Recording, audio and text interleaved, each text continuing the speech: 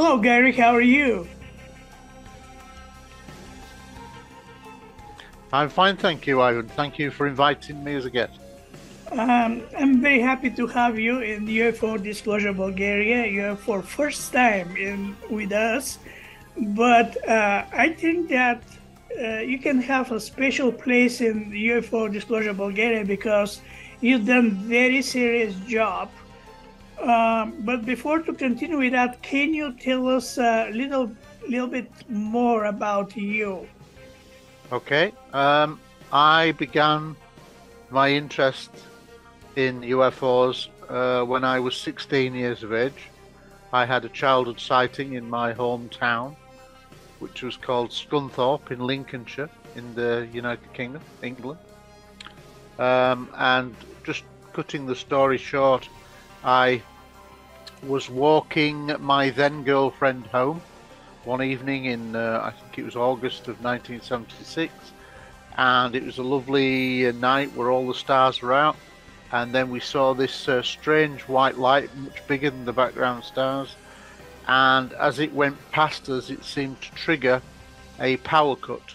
The whole power in the area of the housing, street lamps went off, and then we kept watching it, and then it went off again. And I had my bicycle with me at the time, so I said to my then girlfriend, "Get on the crossbar. I will drop you off at your house, and then I'm going to try to catch up with this very slow-moving light." And that's what I did. And cutting a long story short, I was able to get in front of the object near to my home. I dropped my bicycle outside the house, rushed into my home and saw my parents, and I said, "Come outside. I think there may be a power cut caused by a strange light." And they didn't react to me. They just thought I was silly, and they didn't get up. I then went out into the garden, looked at my back at my house, and saw this white object coming over my rooftop. And I was at the bottom of the garden, and I put my hand up as if I'm answering a question in class. And no sooner did I do that, and it went past my 90 degrees, the whole area was plunged into darkness. So I knew that at some point that object, having moved to a second geographical area, had to have been involved in causing that power cut, because it's ridiculous. How could I predict a power cut? Anyway, so that's what got my interest. I joined a couple of local UFO organizations, read books, but it wasn't really until about it's 2002 when I went public. So I was then 42 years old, nearly 42, when I created a database for UK police officers to report UFO sightings, called the Proof Force Police Database, Police Reporting UFOs.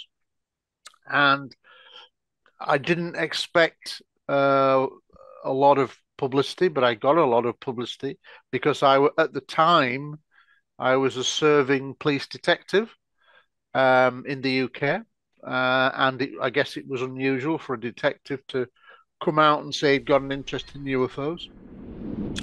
That then led me to do a lot of lecturing, and eventually in 2010, Steve Bassett invited me to Washington, and I received the PRG, I guess, World Disclosure Award for my work with police officers.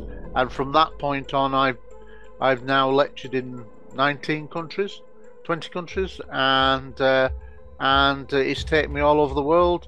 I'm the editor of a bi-monthly, every 2 months, an e-zine. It's not in print. It's an e-zine called UFO Truth Magazine, which features many of the world's top researchers, articles by them. I'm also now the vice president of the International Coalition for Extraterrestrial Research, which is an international NGO comprising scientists, academics, and leading UFO UAP researchers. And we currently have national representatives in 30 countries. So I'm very active these days on Zoom with similar meetings like this, going all over the world. And so my background a little bit more was for 6 years I served in the Royal Air Force Police between 1983 and 1989, and then the police for almost 24 years, from 1989 to 2013, when I launched my UFO magazine. Recently I've just completed my first book, which is we're going to talk about your book also. Yeah. This is fascinating story you share with us. I mean, you have very interesting life. You've been, when you was young, you saw this strange craft, which looks like a UFO. Then you open all this program for collecting information from eyewitnesses. Have you had a chance to meet with Nick Pope when he was involved from the government to do research for UFO, or you not know each other? Well, I know Nick Pope, and I have met him many times, and we've worked on several documentaries, or been involved in certain documentaries, but not for the last 3 or 4 years, because he doesn't like the work I've been doing on Rendlesham Forest.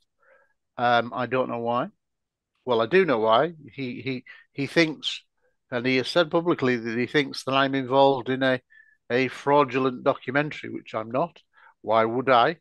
And by releasing the book now, I give the reasons why it's definitely not a fraud. Because I've got a lot of evidence, new evidence. And so, yes, I know Nick Pope, but not when he was at the UFO desk, because that was between 1991 and 1994. And at the time, Nick was only 24 years old when he went into that role. So he didn't run any department. He just worked there. Okay. I have his book about this case, case in Rendlesham Forest. Also, the first time when I heard about this incident was one production of sci-fi. The name was Rendlesham Files. And I think that was a series because there was a lot of still alive witnesses who were talking about this.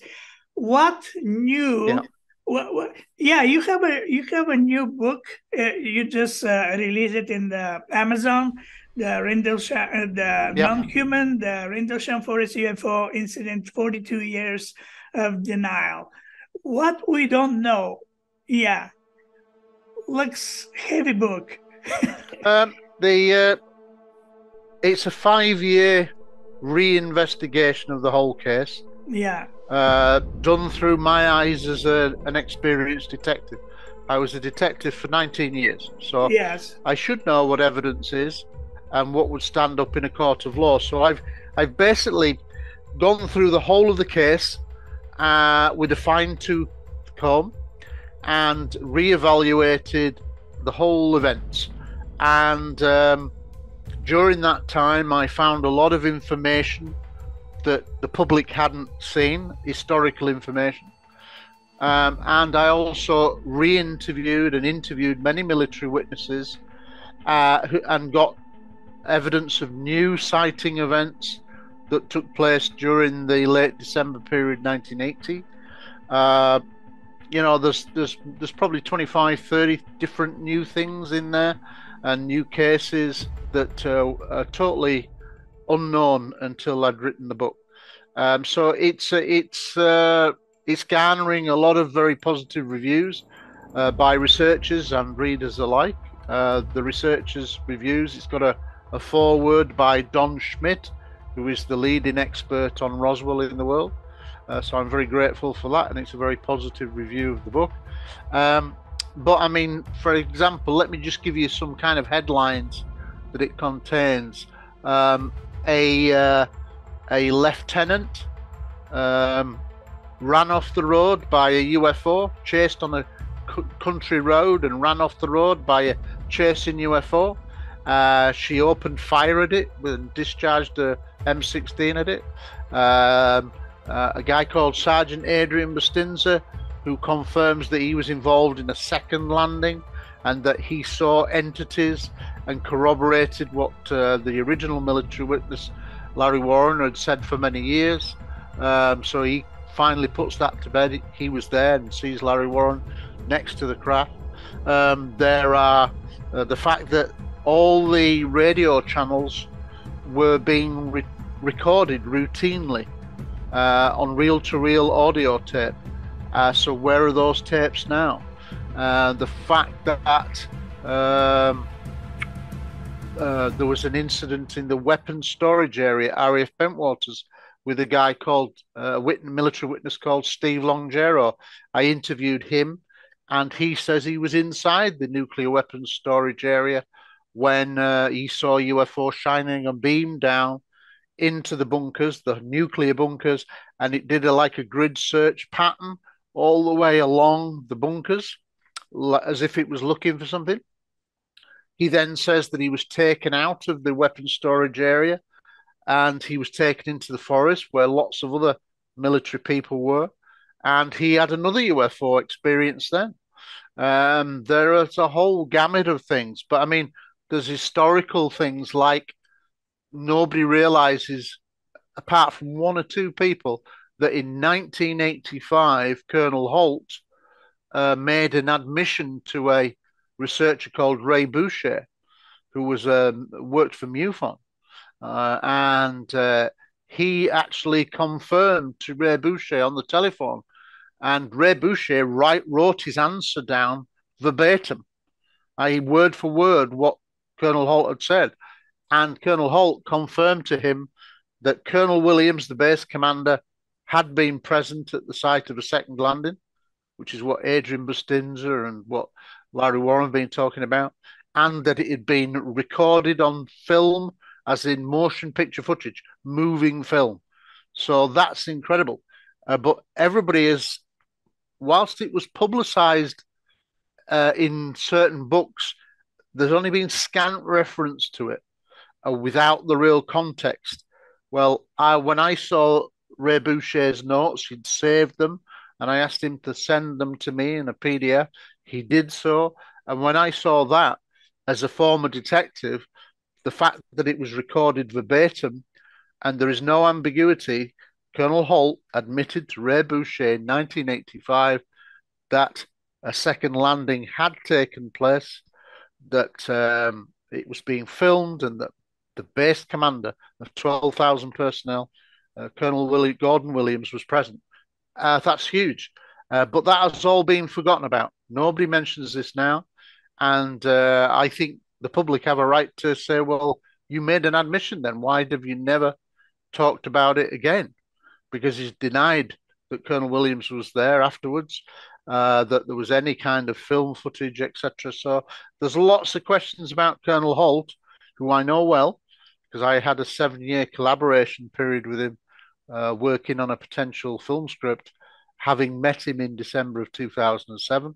So between 2007 and late 2014, we collaborated on trying to get a film script, because I ultimately have always been interested in the cinema, and I think that the Rendlesham case is destined one day to be a major feature film, because it's just so interesting.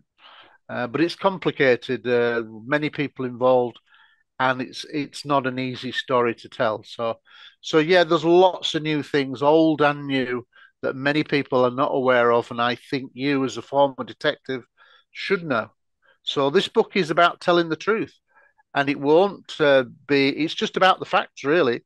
I go back and find old interviews that were made in the days after the incident, 82, 83, 84, 85, which nobody reads anymore.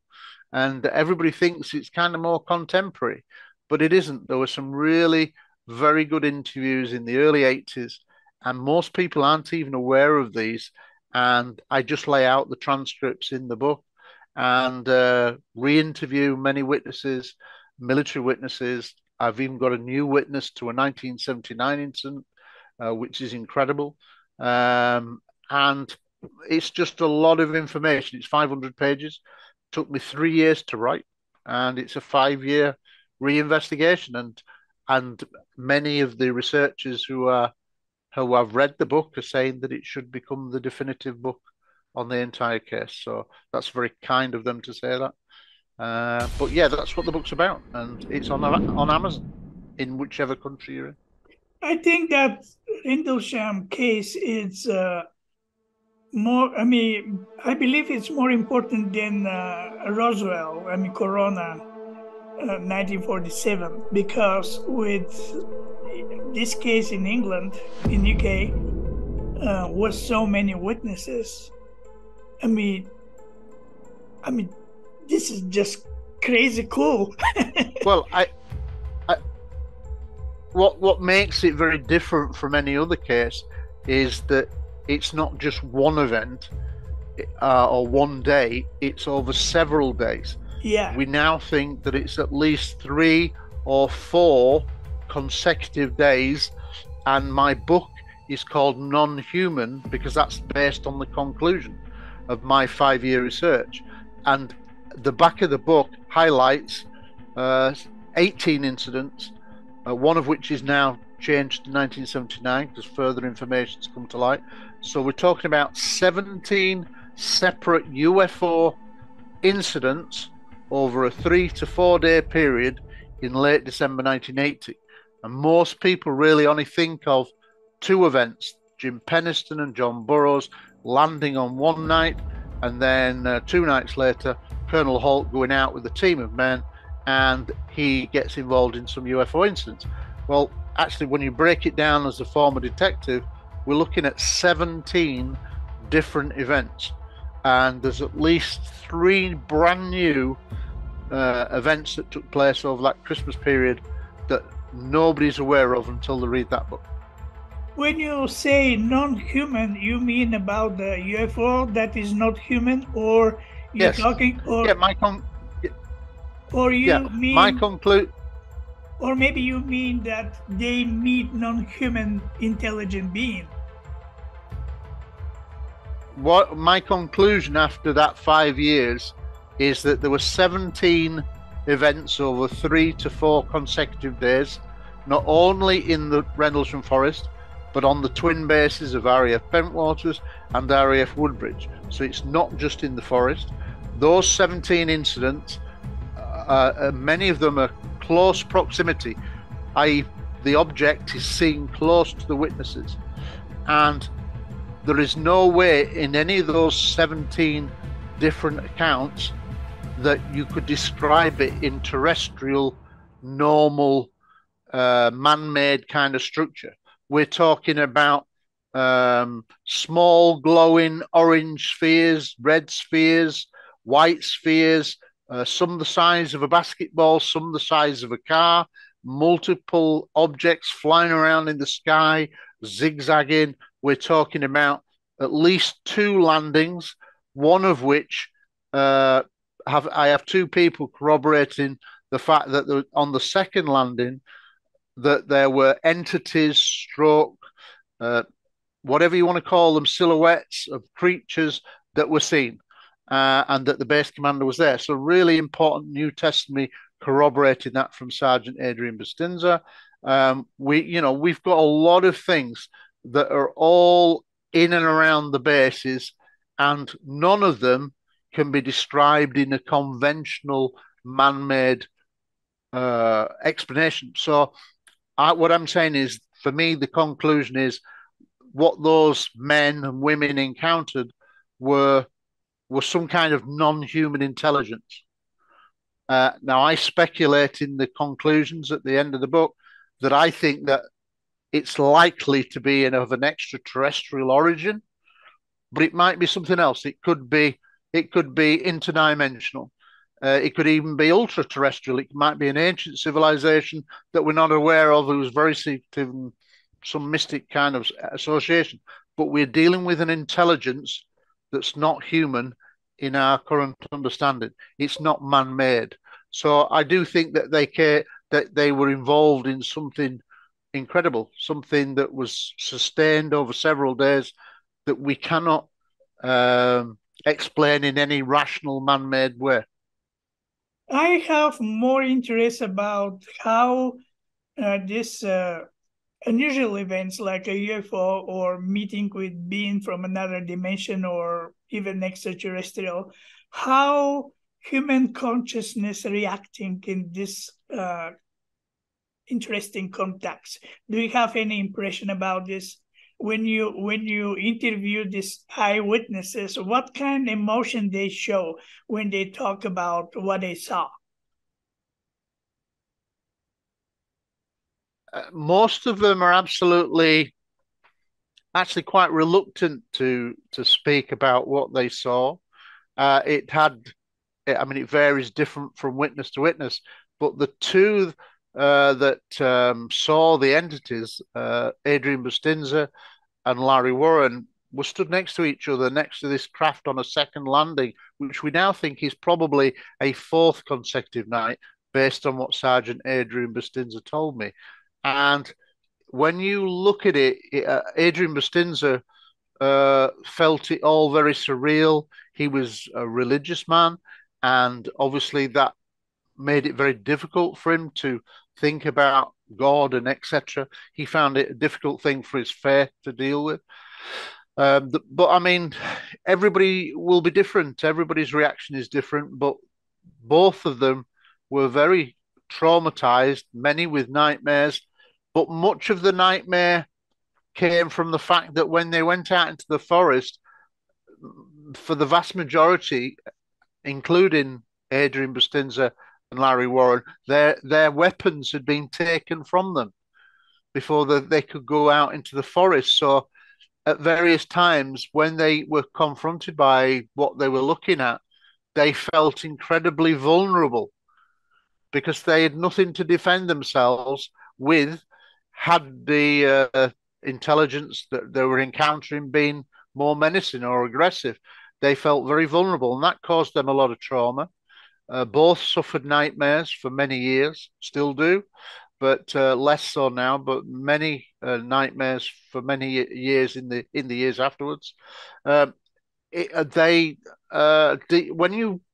I mean, I've been talking to UFO witnesses for a long time because of my association with police officers for the last 20 plus years, and everybody reacts differently, but most find it incredibly profound because it changes their perspective on the way they look at the world. So this is the consciousness aspect.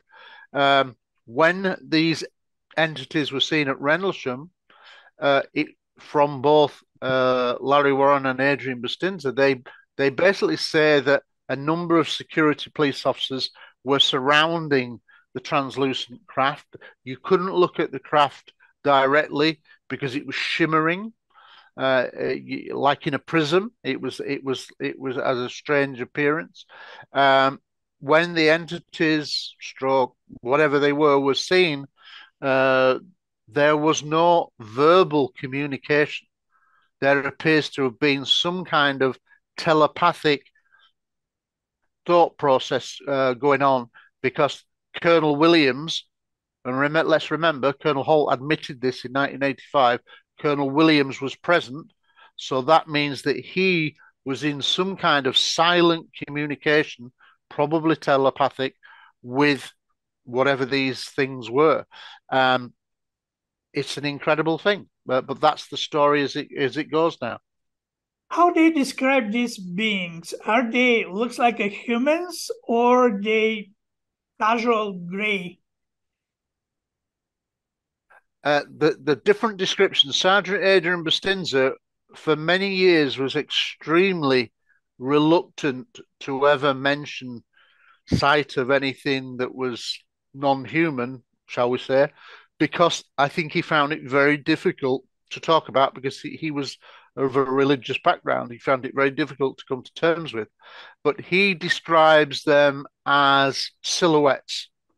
Something was there, the shape of something, whereas Larry Warren described them in more detail. He said that they looked like children, approximately 3 feet in size, and they were each inside three separate bubbles. and it was the upper torso that was kind of just floating there. Very weird, but they wore some kind of gown, but they were very thin, very pale, and a lot of people. It wasn't just Larry Warren who talked about entities and Adrian Bustinza. In the book, I reference 15 anecdotal references to the Rendlesham Forest incident about beings being seen and their descriptions, etc. And a farmer described them as being like children in wearing white bunny suits. So how weird is that? So there was some kind of objects, creatures there, whatever you want to describe them, but there does appear to have been some kind of interaction with the base commander, or at the very least, a senior military officer from the bases. And we don't know what was said or whether anything was transferred, but that has now been corroborated by Adrian Bustinza and Larry Warren, which is an incredible revelation. And I think that the Americans and the British worked together, both at military and government level, to keep it all quiet, damage limitation, and everybody's aware of the famous Holt memorandum, Colonel Holt's memorandum that he wrote to the Ministry of Defence after the incident. And that came out in early 1983, and that confirmed that there'd been 2 UFO incidents, which was only that was known at the time. One involving a first night landing of a small black triangular object seen and touched by Jim Penniston and witnessed by John Burroughs. And then 2 nights later, Holt and a small team had gone out into the forest and had seen multiple UFOs. So that's what the Holt memorandum said. And because it came out and it should have never have been released, Colonel Holt tried to get it stopped being released, but it was too late.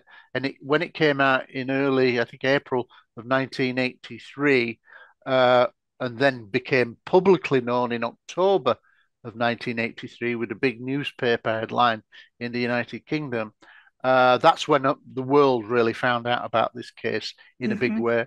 And the US Air Force had no choice but to admit that at least 2 incidents had taken place on different nights. Now, I think, reading between the lines, the US Air Force, the British government, etc., the Ministry of Defence decided that they wouldn't admit to anything else other than what was in that memorandum. And of course, that only mentioned 2 events, so any others have literally been dismissed by all the main people, Holt, Penniston, Burroughs, etc., and the likes of Nick Pope, all have written them off. And I wonder why that is. And I think there's an agenda at play to control what is said to the public. And the idea of publishing the book is to say, this needs to be out there. The truth needs to be out there. These are the facts. Let the public make their own mind up as to whether they're interesting and are relevant. And as I say, I'm trying to do this to say, look, the facts are the facts. There you go. I'm going to lay them all out there for you. You make out what you want. But I personally think we're dealing with something that's arguably the most impressive UFO case in history. It is deemed second to Roswell. I think Roswell will retain its place in history because it was the first really prominent case where a craft was mentioned and possibly entities being recovered. So it has its place in history. It's a seminal moment in our history on the subject. But Rendlesham is right up there as being one of the very best cases. And for me, it's an even better case because it's multiple UFOs, multiple objects, multiple different events over consecutive days, which make it very different from literally any other case, other than maybe there's an incident in Brazil called the Colares event, which happened over several months. Many military sightings and many local people saw things. So that's the only other case that I think is comparable with Rendlesham. Gary, let me ask you, What is your guess? That UFO came because of the nuclear weapon system over there, or there's maybe another reason? Because if I understand correctly, if I understand correctly, all these weapons they will disable for a while before to restore it functioning. My personal belief is that the UFOs turn up because at the time it occurred, the events occurred in December 1980. There were two major events going on in the world. There was the possible, there was hundreds of thousands of Soviet troops. This is still the Cold War. So hundreds of thousands of Russian troops massing on the Polish border as if they were going to go in and put down the shipyard workers in Gdansk under Lech Wałęsa. So that looked like it was going to be a possible World War III scenario. And also in America, there was the Middle East crisis ongoing with the 52 Iranian hostages. And I think most people don't realize that. So we were in a very politically very dangerous place.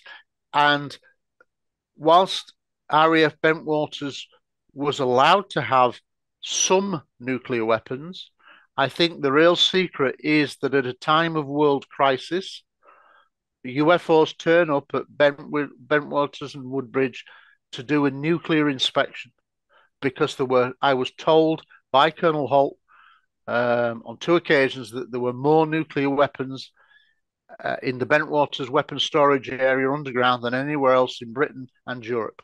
And he has since denied that, but that's what he told me. Okay, we have 2 minutes left, and my last question will be about this. I don't want to. It's horrible, that situation when Russia attacked Ukraine, and we looks like we're in the standby for another nuclear war. Do you think that if Putin have these ideas to use nuclear weapons, probably the UFO will be involved to protect the humans and the planet? Historically, they've never got involved. UFOs have never, whilst they're interested, there clearly is an interest that UFOs have because there's a long association going back to the 1940s with UFOs seen over nuclear power plants, nuclear ships, nuclear missile storage areas, that kind of thing. But as yet, they've never interceded in any world war and hopefully will not go down the line of a nuclear exchange. I guess it's a big question, but there's no history for that. I don't think they would get involved, but I suspect that they have underground bases in our deepest ocean trenches, and I think they look at nuclear weapons as a potential risk to their bases undersea. It makes sense. UFOs are seen coming in and out of large bodies of water all over the world. So I think there are some underground UFO bases that may have been here for thousands of years. Who knows? They keep to themselves, but if that was their habitat and they've got a base here, they wouldn't want to see it destroyed in a nuclear Armageddon. So I think that's why they turn up at Rendlesham. It's my thought for a long time, and my research reaffirms that belief that this was about an unofficial UFO nuclear inspection. I believe that the UFO presence in our planet will be, not exactly involved, but concerned for destroying our planet, and probably they are going to care about this to keep the planet safe and the humans. In the same time, I hope so. Safe in the same time to keep them bases underground of our planet. Well, yeah, I hope they intercede. Well, thank you so much for your time to be with us, and I hope we're going to have more encounters, probably in life, if I come to UK or if you come to United States for some reason.